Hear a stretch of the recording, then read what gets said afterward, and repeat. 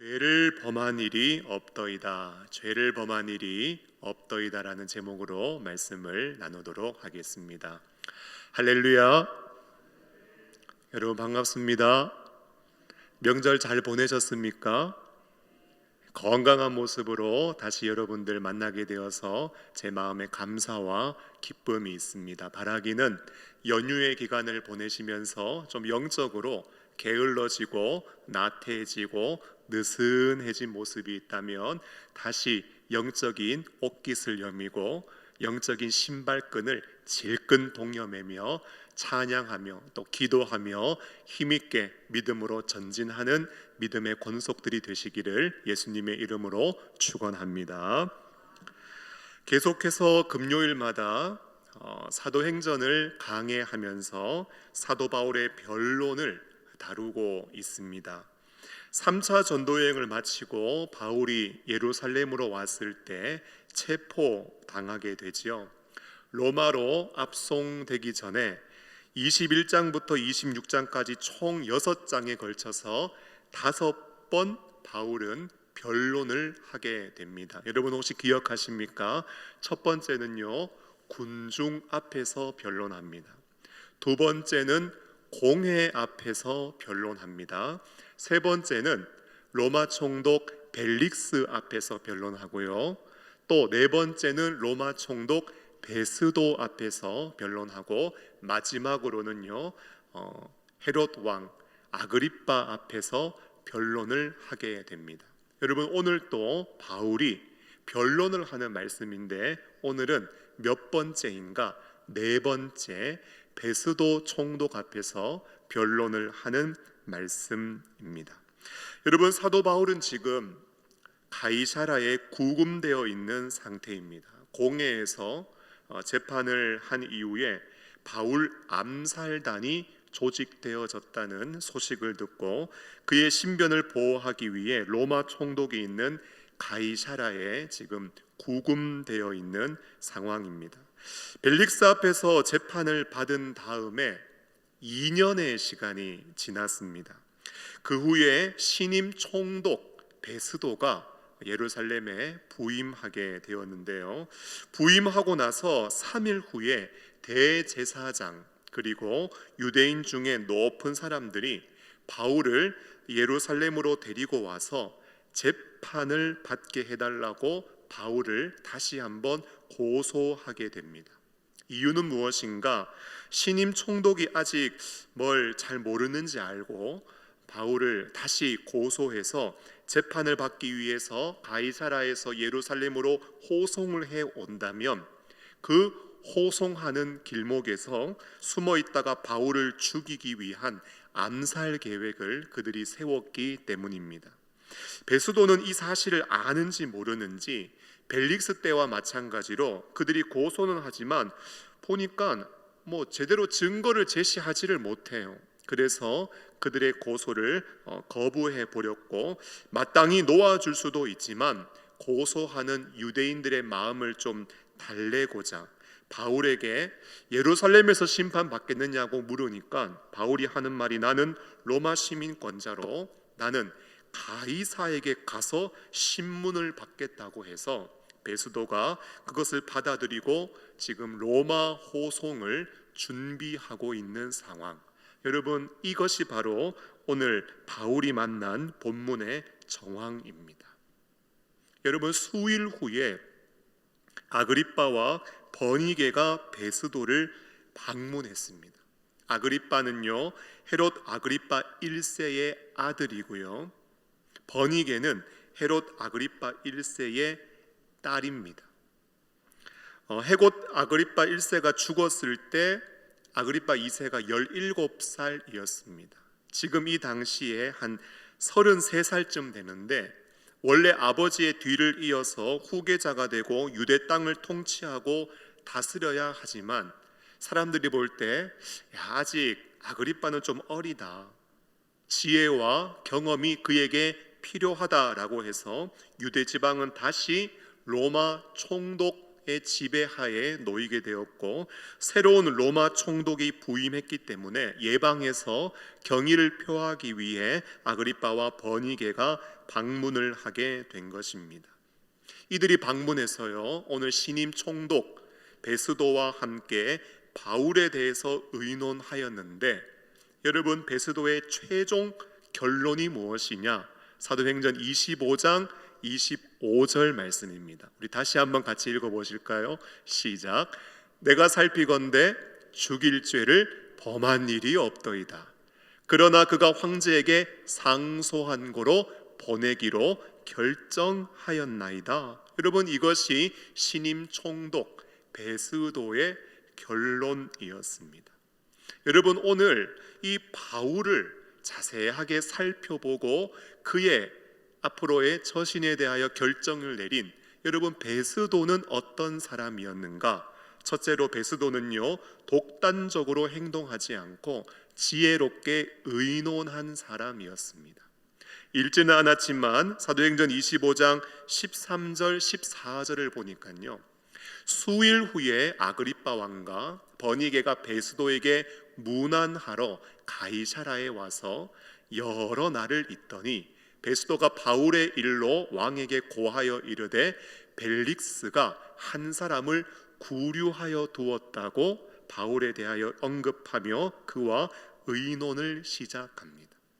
여러분, 베스도는 신임 총독이었지만 보니까요, 일 처리에 대하여 아주 신중하고 노련한 사람이었습니다. 사실 바울의 문제는 참으로 난제였습니다. 사내들인 공회의 의견을 따르려고 하니까 총독으로 아무리 생각해도 죄가 없는 무죄한 이 로마 시민권자를 죽일 수가 없습니다. 또 놓아주려고 하니까 속국에 보니까 지금 민심에 반하는 것 같아서 이 여간 결정하는 일이 쉽지 않은 난감한 일이었습니다.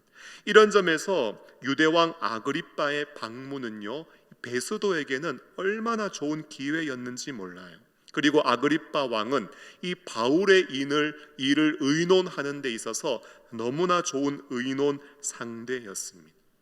베스도는 신임 로마 유대 총독으로서 혼자 결정하고 일을 처리할 수 있습니다.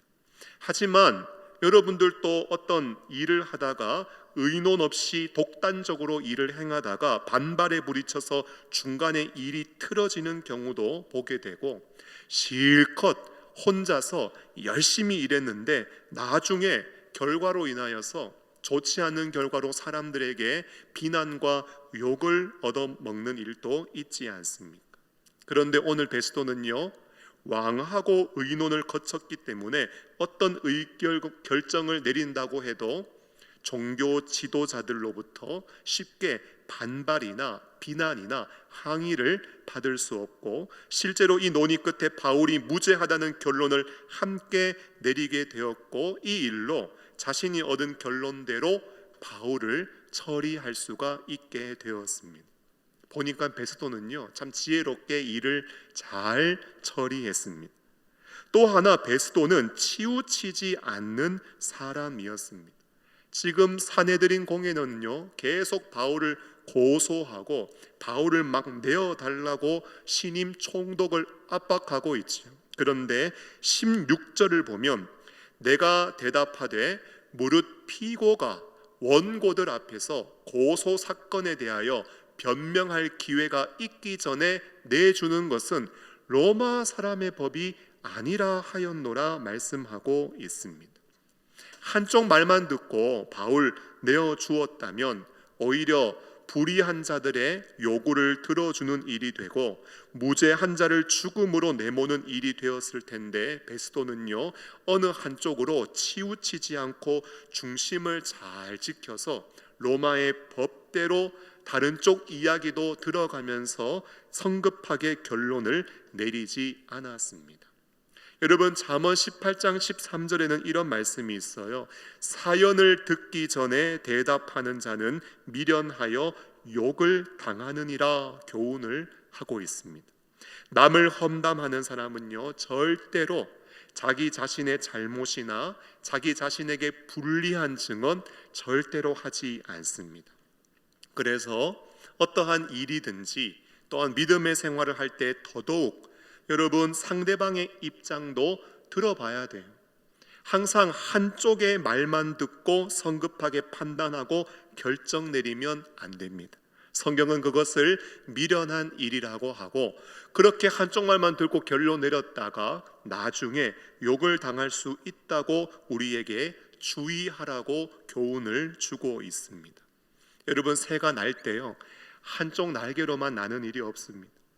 좌우 날개를 곧게 쫙 펴서 함께 날개짓을 해야 중심을 바로잡고 훨훨 멀리 날아갈 수 있는 것입니다. 그런 면에서 오늘 베스도는요, 한쪽으로 치우치지 않고 아주 중심이 바로 잡혀져 있는 괜찮은 사람이었습니다.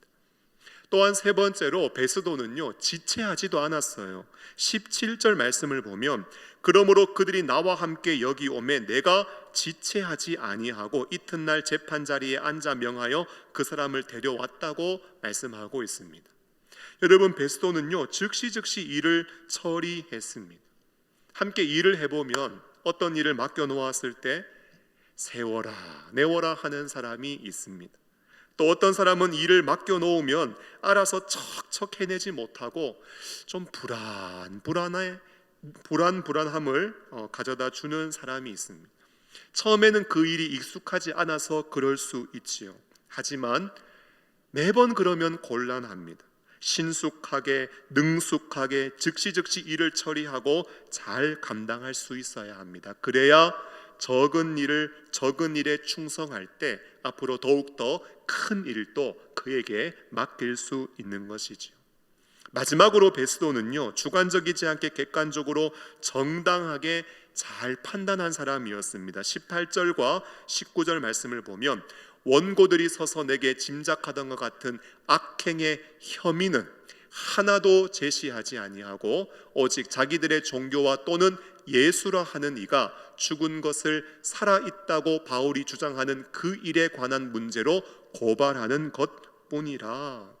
여러분, 그들이 짐작하는 것으로 악행한다고 혐의를 씌우고 바울을 얽어매는데 그런 것들은 하나도 이야기하지 않고 자기들의 종교와 예수라 하는 이가 죽었다고 살아나는 것, 여러분, 바울이 그 일에 대해만 주장했고 그 일로 인하여서 고발받은 것뿐이라고 이야기를 하며 객관적으로 아주 공정하게 바울에 대하여서 판단해본 결과가 뭐냐? 내가 살피건대 그가 죽일 죄를 범한 일이 없다고 결론을 내렸습니다. 사랑하는 성도 여러분, 베스도를 보니까요, 좀 괜찮아 보이지 않습니까? 제가 성경을 연구하면서요, 베스도가 신임 총리로 부임했다고 하길래 이 총리가 앞으로 국정 운영을 잘할 수 있을까 염려했는데 그가 보여준 모습은 참 지혜롭게 의논을 하고 어느 한쪽으로 치우치지도 않고 그렇다고 일을 더디 처리하는 사람도 아니었고 공정하게 객관적으로 정의롭게 판결도 잘 내릴 줄 아는 아주 훌륭한 지도력을 가진 리더였음을 보게 되었습니다. 성경 연구하면서 보니까요, 이 괜찮은 사람이네 이런 마음이 들더라고요. 사랑하는 성도 여러분, 하지만 우리가 놓치지 말아야 하는 것이 있습니다. 그는 이런 재판의 과정을 통하여서 여러분 예수를 알고는 있지만 안타깝게도 예수를 믿지는 않은 사람이었습니다. 참 좋은 점 많아요. 일반 은총의 영역 안에서 훌륭한 지도자로 보여집니다. 예수가 죽었다가 다시 살아났다는 것 알고 있고 그것을 전하다가 체포당한 바울도 죄가 없음을 베스도는 알고 있었습니다. 하지만 딱 한 가지 안타까운 점이 있다면 바울과 동일한 예수를 알고는 있지만 아직 예수를 믿지 않고 있다는 것. 예수에 대해서 알고는 있지만 예수님을 만나고 예수님을 경험한 일이 없다는 것, 여러분, 이것이 오늘 바울과 구별되어지는 결정적인 차이점입니다. 사랑하는 성도 여러분, 예수님을 아는 것으로 충분하지 않습니다. 왜냐하면 지식으로는 구원을 받을 수 없기 때문입니다. 그리고 내가 가진 배경으로 내가 구원을 받는 것도 아니에요. 나의 좋은 지도력, 나의 공로, 나의 업적으로 우리가 구원과 영생과 하나님 나라에 이를 수가 없습니다.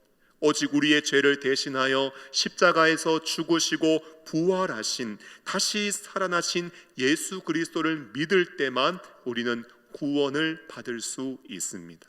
여러분, 믿으십니까? 여러분, 교회 안에는요, 베스도와 같은 훌륭한 총독, 훌륭한 지도자, 유력한 사람도 많이 배출이 되어야 합니다. 때로는 교회 안에서 무조건 예수 안 믿는다고 무시하고 멀리하는 경향도 있습니다. 그로 인해서 이 사회를 섬기고 발전시키고 이바지하고 헌신하는 좋은 일꾼들이 교회 안에 많이 배출되어지지 못하는 안타까운 경향이 있는데, 아니에요. 교회 안에는요, 믿음 좋은, 신앙 좋은, 정치, 경제, 사회, 문화, 언론, 스포츠, 예술, 여러분, 이 사회의 각 영역에 훌륭한 인재들이 배출되어 사회의 발전과 하나님의 통치와 다스림이 임하고 하나님의 뜻대로 그곳 가운데 하나님의 다스림이 임할 수 있도록 그 영역을 세워갈 수 있는 아주 좋은 일꾼들이 많이 일어나야 합니다. 하지만 여러분, 구원보다 우선되어지지는 않는다. 여러분, 이것을 우리는 항상 잊지 말아야 하는 것이죠. 예수님은 무엇을 말씀하셨습니까? 온 천하를 얻고도 목숨을 잃으면 무엇이 유익하리요? 천하보다 생명이 얼마나 귀하고 고귀하고 가치가 있는지 우리에게 말씀해 주셨고, 한 영혼이 회개하고 믿음을 가지고 하나님의 품으로 돌아오는 것을 예수님은 그 누구보다 기뻐하고 즐거워하셨습니다. 그런데 오늘날 교회 안에 영적인 비극은 무엇이냐? 여러분, 믿는 사람이 아니라 그냥 아는 사람들이 있다라는 거예요. 정말 예수님을 알고 예수님을 믿고 예수님을 경험하여 예수를 위해 헌신한 사람들이 교회 안에 가득한 것이 아니라 알기는 알지만 믿지는 않는 사람들, 예수를 들어는 봤지만 경험하지 못한 사람들, 정말 성경을 통하여서 우리에게 말씀하고 있는 그 어떤 것과도 비교할 수 없는 영적인 가치, 신령한 은혜와 복이 아닌 세상 것을 구하고 간구하는 사람들이 교회 안에 있다는 것, 여러분, 이것이 오늘날 교회가 가지고 있는 슬픈 영적인 비극이라고 할 수 있습니다. 이 말씀을 적용하면서 제가 보니까요, 금요기도에 나오시는 분들은요, 전부 다 예수님을 아는 분이 아니라 예수님을 믿는 분들이시고 또 예수님을 경험한 분들이시다. 제가 이런 마음에 확신이 있습니다. 여러분, 맞습니까? 감사합니다. 그렇다면 적용하면서 여러분들에게 질문하고 싶어요. 여러분, 그 예수님을 여러분 날마다 경험하고 계십니까? 날마다 예수님의 선하심과 인자하심, 세상에서 누릴 수 없는 하늘의 신령한 은혜와 복을 맛보고 누리고 계십니까? 여러분, 제가 명절이 되기 전에 제가 잘 아는 분으로부터 전화 한 통 받았습니다.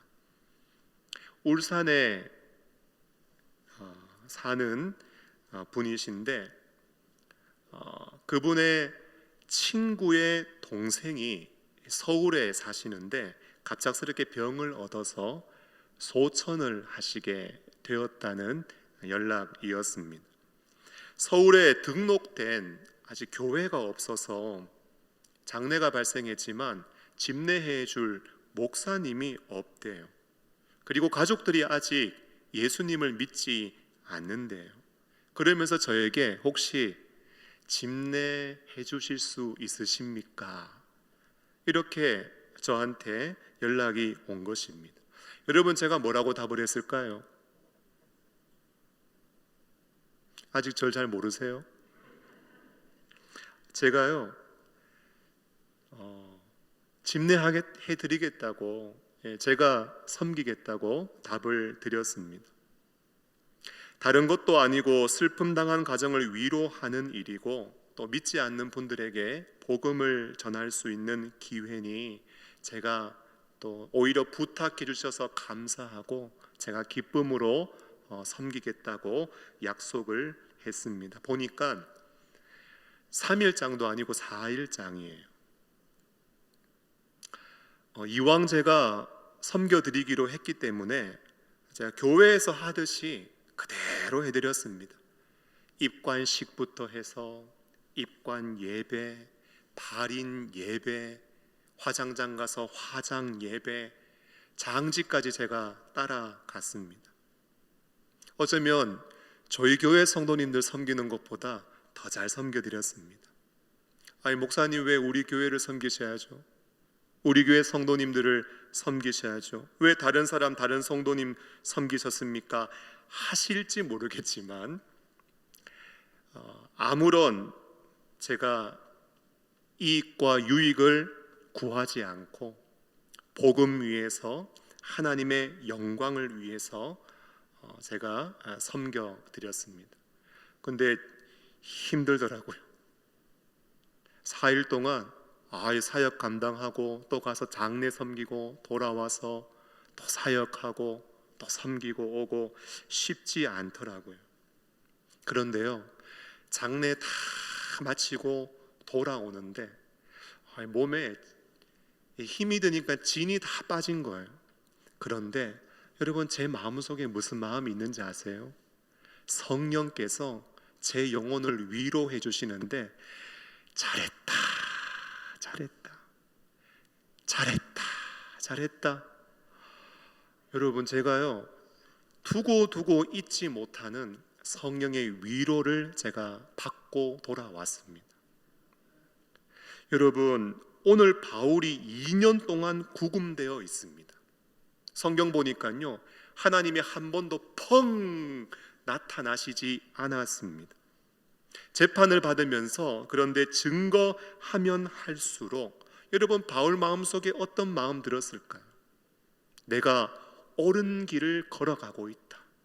내가 바른 길을 걸어가고 있다. 여러분, 성령 안에서 여러분 그의 걸음과 그의 길을 인정해주는 예수님의 인정이 그의 심령에 날마다 부어지지 않았을까요?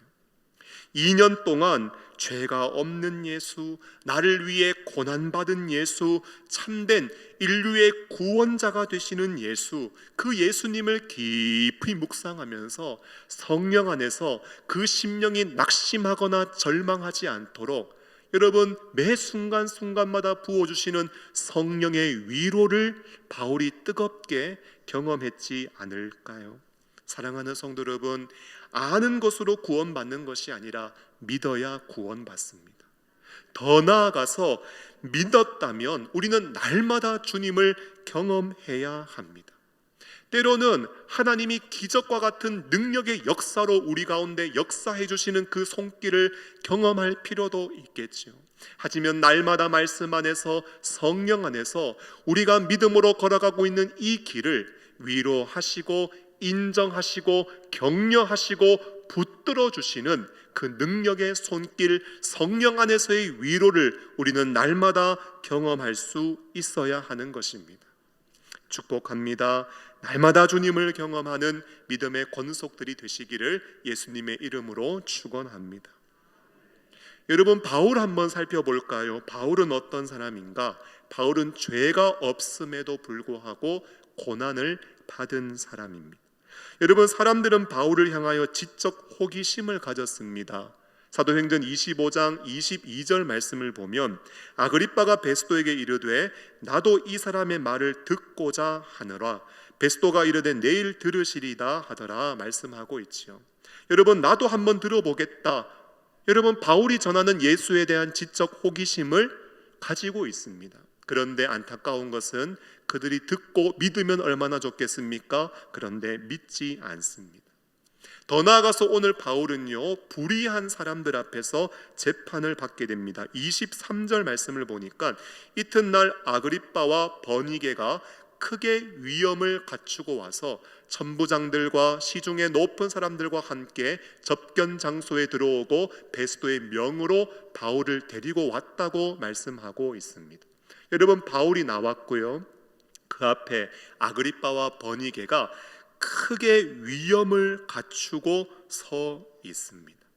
여러분, 오늘 말씀을 보니까 아무런 문제가 없는 것처럼 보이지만 사실 이 말씀의 배경을 알면은 참 마음이 상하는 장면이 바로 이 말씀입니다. 여러분, 불의한 자와 의로운 자의 자리가 완전히 뒤바뀌어져 있는 상황인 것입니다. 여러분, 앞에서 아그리빠와 버니게는 헤롯 아그리빠 1세의 아들과 딸이라고 말씀을 드렸습니다. 여러분, 버니게가 좀 복잡한데요, 버니게가요, 역사가 요세푸스에 의하면 처음에는 알렉산더의 아들 마르쿠스와 결혼을 했습니다. 그러다 그가 죽자 숙부인 헤론 칼키스와 결혼을 했고요, 또 남편이 죽자 아그리빠와 동거를 했습니다. 여러분, 동생하고 동거를 한 거예요. 그래서 유대인들은 그 두 사람을 보면서 이 사람들은 부도덕한 사람이다, 근친상간을 한다. 여러분, 사람들의 나쁜 이야기를 듣고 부도덕한 사람으로 당시 유대인들에게 평판이 좋지 않던 사람들이었습니다. 그 소문 잠재우려고 버니게가 어떻게 했는가? 길리기아의 왕 플레몬이라는 왕과 결혼을 했었고요, 그러다가 다시 남편을 버리고 아그리빠하고 다시 동거를 했고요, 그 이후에 로마 황제 베스파시아누스 황제의 아들 티투스의 첩으로 들어갔고요, 그래서 로마의 황후가 되고자 했지만 끝내 소망을 이루지 못한 여자가 바로 이 버니게라는 여인입니다. 이름의 뜻이요, 승리를 거두었다라는 이름의 뜻이지만 안타깝게도 승리보다는 불의가 가득한 인생을 살아간 여인이 바로 버니게입니다. 여러분, 당시 유대인들로부터 근친상간의 의혹과 비난을 받던 사람들입니다. 도덕적으로 타락했고 종교적으로 타락한 사람들, 율법에 의한다면 이 두 사람은요, 이 돌맞아 죽을 죄인들이에요. 그런데 죄인임에도 불구하고 왕과 왕족이라는 신분을 내세워서 지금 심판의 자리에 위엄이 있는 모습으로 지금 바울 앞에 그들이 서 있는 것입니다. 어쩌면 죄인의 자리에 서야 될 사람은 바로 이 사람들이에요. 그런데 이들이 오히려 심판의 자리에 딱 앉아 있고, 심판의 자리에 앉아 있어야 할 사람이 오히려 죄인의 자리에 앉아 있는 것, 여러분, 아무런 문제가 없는 것처럼 보여도 이 상황의 배경을 안다면 마음이 상할 수밖에 없습니다. 여러분, 더 나아가서 사람들의 소리가 뭔가? 24절 말씀을 보니까요, 베스도가 말하되 아그리빠 왕과 여기 같이 있는 여러분들이여, 당신들이 보는 이 사람은 유대의 모든 무리가 크게 외치되 살려두지 못할 사람이다. 여러분, 바울을 향하여서 사람들이 외치는 소리가 뭐냐? 바울은 살려두어서는 안 되는 사람이다. 여러분, 죄가 없음에도 불구하고 여러분, 오히려 죄인의 자리에 서 있고 사람들로부터 이러한 모욕과 조롱과 비난과 정죄를 받고 있는 상황이라는 것입니다. 사랑하는 성도 여러분, 우리가 예수님을 믿고 거룩한 성도로 이 땅을 살아간다는 것은 과연 어떤 의미가 있을까요? 여러분, 우리에게 성도라는 이름은요, 세상으로부터 고난을 겪는다는 것을 우리에게 의미해 줍니다. 예수님 믿어서 구원받습니다, 생명 얻습니다, 영생 얻습니다. 너무 좋죠. 예수님과 함께 연합하게 되고 내가 그리스도 안에 거하게 될 때 예수님은 우리의 모든 죄를 다 가져가시고 그리스도 안에 있는 각양 좋은 것들을 우리에게 풍성히 허락해 주십니다. 그러므로 우리는 예수님을 믿을 때 구원과 생명과 여러분 세상에서 누릴 수 없는 하늘의 신령한 은혜와 복을 우리는 맛보고 경험하게 됩니다. 여러분 은혜의 영역에서 본다면 이게 얼마나 감사하고 기쁨이 가득한지 몰라요. 여러분 아직까지 예수님을 믿지만 그 예수님 안에서의 구원과 생명과 하늘의 신령한 은혜와 복을 맛보고 누리지 못하시는 분들이 있다면 여러분 예수 믿으면서 꼭 누리셔야 돼요. 꼭 경험하셔야 돼요. 그래야 예수 믿는 것이 즐겁고 신나고 환난과 어려움이 있어도 계속해서 좁은 문 좁은 길로 걸어갈 수 있는 성령 안에서의 위로와 힘과 능력을 공급받을 수 있습니다. 그거 없는데 어떻게 믿음으로 살 수 있겠어요? 그런데 여러분 그것은 너무나 좋지만 여러분 오늘 바울의 모습을 보면 성도의 길은 고난의 길입니다. 잘못이 없는데 억울한 누명을 쓰고 죄인 취급받고 우리에게는 정말 예수님이 말씀해 주시고 예수님이 가르쳐 주시는 주의 교양이 있지만 오히려 교양 없는 사람들에게 교양 없는 대우를 받고 저 사람은 살려두지 못할 사람이다라는 소리와 외침을 듣는 것, 여러분 이것이 성도가 이 땅을 살아가는 믿음의 걸음이요 믿음의 본질인 것입니다. 예수님을 믿을 때 이렇게 많은 고난과 핍박과 억울함들이 우리의 인생에 찾아오게 됩니다. 실제로 많은 믿음의 선배들도 고난과 핍박을 받았고 오늘 바울도 2년 넘게 구류하고 있고 아직도 자유와 회복의 기미가 전혀 보이지 않는 상황. 사람들은 지적 호기심은 있으나 믿지 않고 크게 위험 있는 모습으로 심판하지만 오히려 불의한 자 앞에서 심판을 받아야 하는 안타까운 상황, 사람들은 살려두어서는 안 된다고 소리치고 외치는 상황.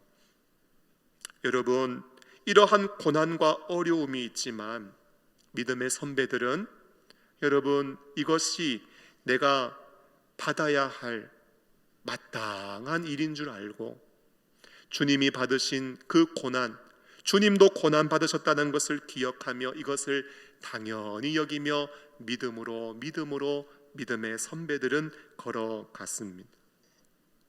이탈리아의 시라쿠사에 가면 신앙의 박해를 피해 믿음 지키려고 성도들이 모여 살던 지하도시 카타콤이 있습니다. 여러분 이 카타콤의 벽에는 성도들의 유언이 적혀 있는데 그 중에 셉티머스라는 성도의 유언은 이렇게 기록이 되어져 있습니다. 나는 가치 있는 삶을 살다가 세상을 떠납니다. 저는 주님을 섬김으로 이곳에서 죽는 것을 결코 후회하지 않습니다. 오히려 주 하나님의 이름에 감사와 영광을 돌립니다. 33년 6개월을 살았습니다. 이제 주님께 제 영혼을 바칩니다. 하나님께서 내 영혼을 살리시리라. 사랑하는 파우스티나, 하나님 안에서 살아나리라. 내 사랑하는 아들아, 울지 말거라. 죽음은 영원한 것이 아니란다. 여러분 그가 카타콤의 지하 도시에서 남긴 유언의 내용입니다. 어두운 지하 동굴에서 제대로 먹지 못하고 마시지도 못하고 죽어가던 성도들이었지만 여러분 그곳에 있는 믿음의 사람들은 단 한 사람도 이 고난의 시간 속에 주님을 원망하지 않고 끝까지 아름다운 신앙의 고백을 남기며 하나님께 영광을 올려드렸습니다. 사랑하는 성도 여러분, 고난은 힘든 것입니다. 고난은 어려운 것입니다. 고난을 반기고 즐기는 사람 아무도 없습니다.